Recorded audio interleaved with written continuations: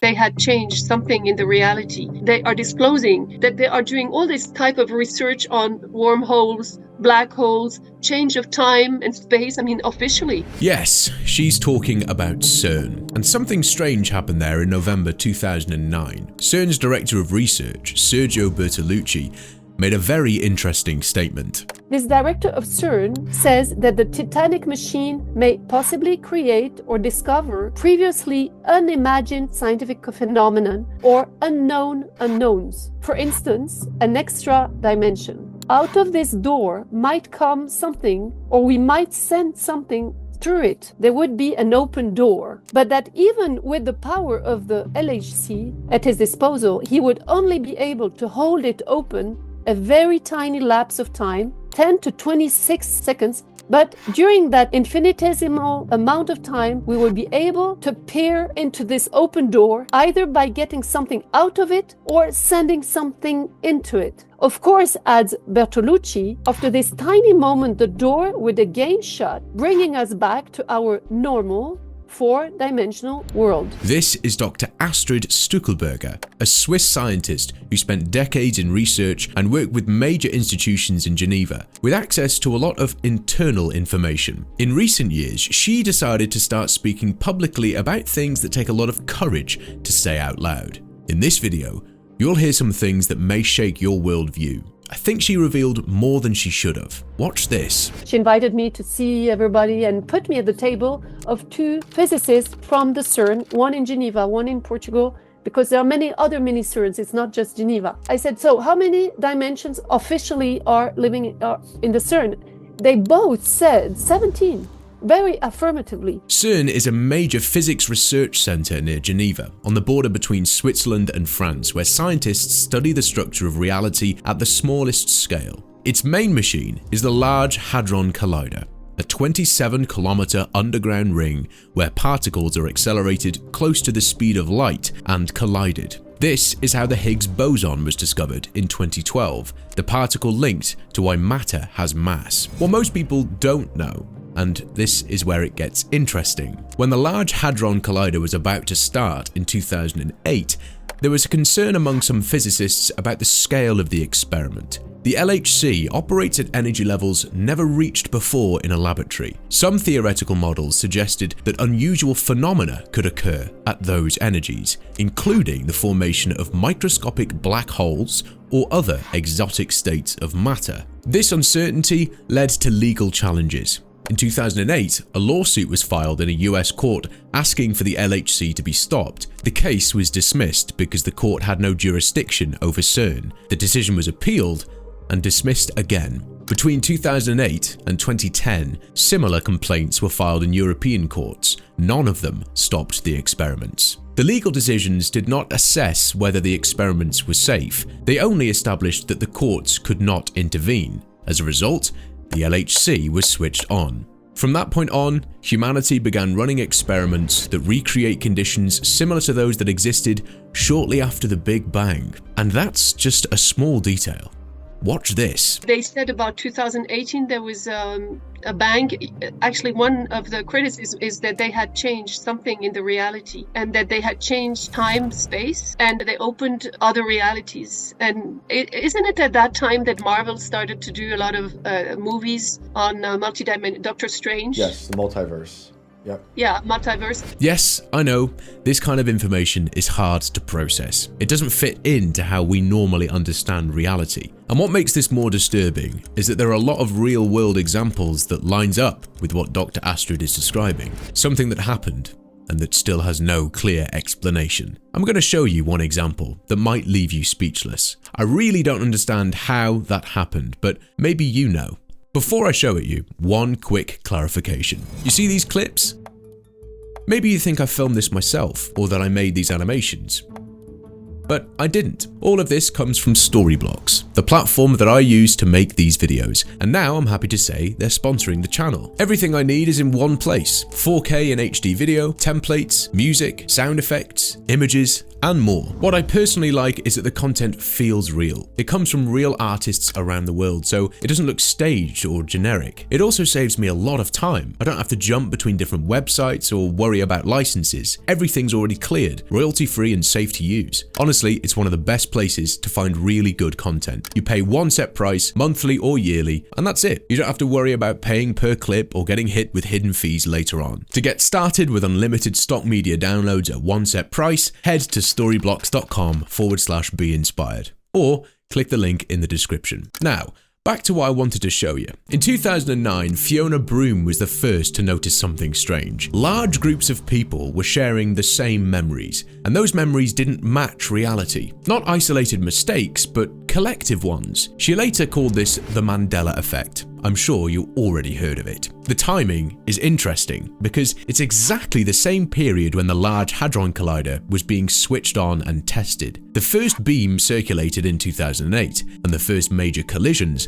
happened in 2009. Two completely different things happening at the same time. On one side, the largest physics experiment in history begins operating, and on the other, people start noticing that their shared memories don't line up with recorded reality. It may be nothing, it may be coincidence, but the overlap in timing is hard to ignore, and that's why this connection keeps coming up again and again. Not as proof of anything, but just as a pattern that feels a little too strange to be random. Do you remember the Monopoly Man? Did he have a monocle or not? Well, the official version says he never had one, but a large segment of the population remembers him with a monocle. I remember him clearly with a monocle. This is something I really wanted to share in this video because it's really messing me up. So if he didn't have a monocle, why does the Monopoly Man appear wearing one in the movie? Ace Ventura, pet detective. And you must be the Monopoly guy. Hey, thanks for the free parking. And not just that. Here's an article from a 2004 newspaper that mentions this common memory of the Monopoly Man wearing a monocle. One of many old references that describe the Monopoly Man with a monocle. And all of this is kindly confirmed by Max Lowen, known as the world's smartest kid, who strangely disappeared from the internet after his famous video. What happened was we made this universe sort of out of balance, and our universe... Because of the collider, the super collider? Yeah, we altered the weight of a single electron, which I believe shifted us into a parallel universe. He's suggesting that reality doesn't exist as one single fixed timeline. Instead, there are many parallel versions of reality that exist at the same time. These versions are almost identical, but not completely. There are small differences between them. Most of the time, they're so small that we don't notice them. Max's idea is that sometimes we move from one version of reality to another, and when that happens, things that we remember from the previous version don't always match what exists in the current one. He believes that this is what the Mandela effect is. Not a memory error, but a mismatch between what we remember and the version of the reality that we're currently in. The differences are small in theory, maybe just 1%, but on a human level, that 1% can feel very large. Now look at this image. You see the red on the Coca-Cola can, right? Well, if I zoom in, there's actually no red in this picture. No red pixels at all. Now I'm zooming out, and the red appears, and most people still see red. This image shows how unstable our perception really is. It shows that what we experience as reality is already a mix of what's out there and what the brain adds on top. So when something feels off, when memory and reality don't match, the problem isn't simple. It could be memory, it could be perception, or it could be something deeper, like CERN.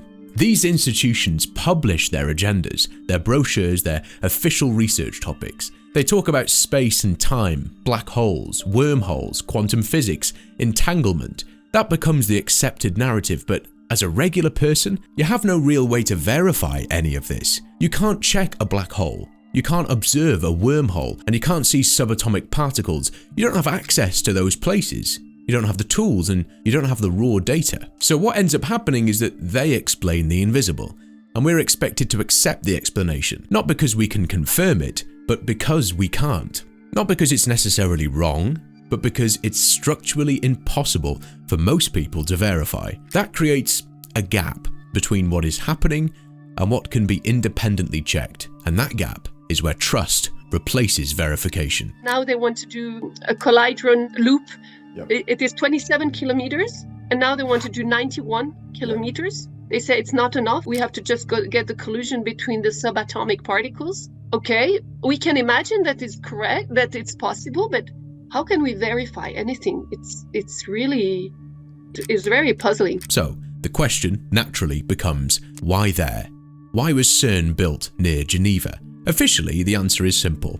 Switzerland is politically neutral, stable, centrally located in Europe, and able to host an international scientific organization without geopolitical tension. But when you step back and look at the physical location, not just the political one, the choice becomes more interesting. CERN sits in a very specific part of Europe, close to the Alps and near the Mont Blanc Massif, the highest mountain in Western Europe. This is one of the most geologically complex and active regions on the continent. Mont Blanc is not just a mountain, it's a massive geological structure sitting on top of deep fault systems, tectonic pressure zones, and complex rock formations. Researchers in geophysics and geobiology have pointed out for years that large mountain ranges are associated with unusual natural phenomena, natural electric currents in the ground, variations in the Earth's electromagnetic field, and strong mechanical stress in certain minerals like quartz, which can produce electric effects under pressure. Now, there's no official story for that, of course, but it does raise a reasonable question. If you were going to build a machine that pushes matter and energy to their limits, wouldn't you want to place it somewhere that's already geologically stable, structurally strong, and capable of supporting massive underground installations? Then there's the deeper layer, the one that humans have been pointing at for thousands of years. When people talk about energy grids, they usually point to the same strange pattern. The most important structures in human history don't seem to be placed randomly. The Great Pyramid of Giza sits in a very precise position on the planet and is aligned with true north with extreme accuracy. Stonehenge was built to line up with the solstices. Machu Picchu was placed on a ridge between major fault lines and important astronomical lines. Angkor Wat mirrors the movement of the sun during the equinoxes. Teotihuacan was built on a precise geometric layout that matches solar and stellar cycles. These places weren't chosen by accident. So when people look at this and talk about an energy grid, what they really mean is that humans have always been drawn to certain locations, places that feel different, places that sit at the intersection of geography, astronomy, and meaning. And when you map enough of these places, patterns start to appear. So, we're told CERN is in Switzerland for political reasons, but that may not be the whole story. We're also told that the Mandela effect isn't real, that it's just bad memory, coincidence, or confusion. But when you look at how many clear examples there are, that explanation starts to feel incomplete. The most popular example is that a lot of people remember the Berenstain Bears as Berenstein with an E, because that spelling feels more familiar, but the books were always spelt with an A. People remember a cornucopia in the Fruit of the Loom logo. It was never there. Jif peanut butter is remembered as Jiffy. The brand was always just Jif. People remember Looney Tunes as Looney Tunes. It's always been Tunes. Some remember Mickey Mouse wearing suspenders. He never did. Pikachu is remembered with a black tip on his tail. Never existed. Many remember Tinkerbell dotting the I in the Disney logo. That version never existed. Some people remember the Mona Lisa as frowning. The painting has of course never changed. Ed McMahon is remembered delivering giant checks for Publishers Clearing House. He never did. Many swear there was a movie called Shazam with Sinbad as a genie. There wasn't. People remember Darth Vader saying, "Luke, I am your father." The line is different. No, I am your father. And many remember the mirror saying, "Mirror, mirror on the wall." The line was, "Magic mirror on the wall." Many people remember the movie Forrest Gump with the line, "Life is like a box of chocolates." But the actual line in the movie is, "Life was like a box of chocolates." It's a small change, but almost everyone remembers it in the present tense. In The Silence of the Lambs, people clearly remember Hannibal Lecter saying, "Hello, Clarice." That exact line is never spoken in the film. Good morning. In Star Trek, fans often quote, "Beam me up, Scotty," but that line has never been said in that way in the original series. Beam me up, Mr. Spock. Beam me up. Lock on transporters. Beam us up. In Risky Business, people remember Tom Cruise wearing sunglasses during the famous dance scene. In the actual scene, he's not wearing sunglasses. In Disney's The Little Mermaid, many people remember Ariel having a shiny silver seashell bra. In reality, it's purple. In the original Star Wars trilogy, many people remember C-3PO as completely gold, but one of his legs is actually silver.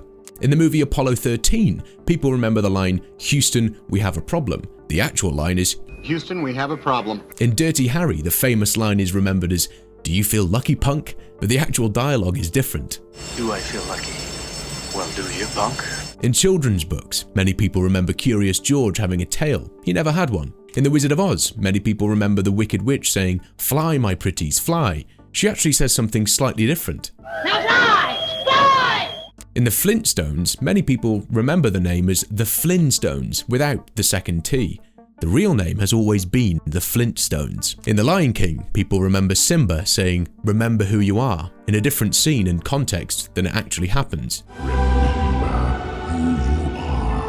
In the song We Are the Champions by Queen, people remember the song ending with "of the world." The studio version does not include that final line. In Aladdin, many people remember the genie saying, "I'm trapped in a lamp," in a specific scene that never happened. In The Matrix, many remember Morpheus saying, "What if I told you?" That line never appears that way in the film. In Jurassic Park, people remember the T-Rex breaking through the fence from a flat surface that shouldn't logically allow it, a memory mismatch caused by how the scene is edited. In Toy Story, many people remember Woody saying, "Reach for the sky," in a scene that doesn't exist. In the cartoon Scooby-Doo, people remember Shaggy wearing a darker green shirt. It's actually light green. In Indiana Jones, many people remember the fedora scene differently than it actually plays out. In The Jungle Book, people remember Baloo wearing a coconut bra disguise. That never happened. In Tom and Jerry, many people remember Tom talking regularly. He almost never speaks. Yes, I know this kind of stuff messes with your head a little. There are way more examples than we could fit in one video. I'm really curious what you remember and what you don't. Let me know in the comments. So, that's it for today. Again, I'm not here to tell you what to think or what to believe, I'm just showing you another way of looking at things. If any of this caught your attention, do your own research. Look into it yourself. You might end up seeing things a little differently. I'm Josh. See you next time. Take care.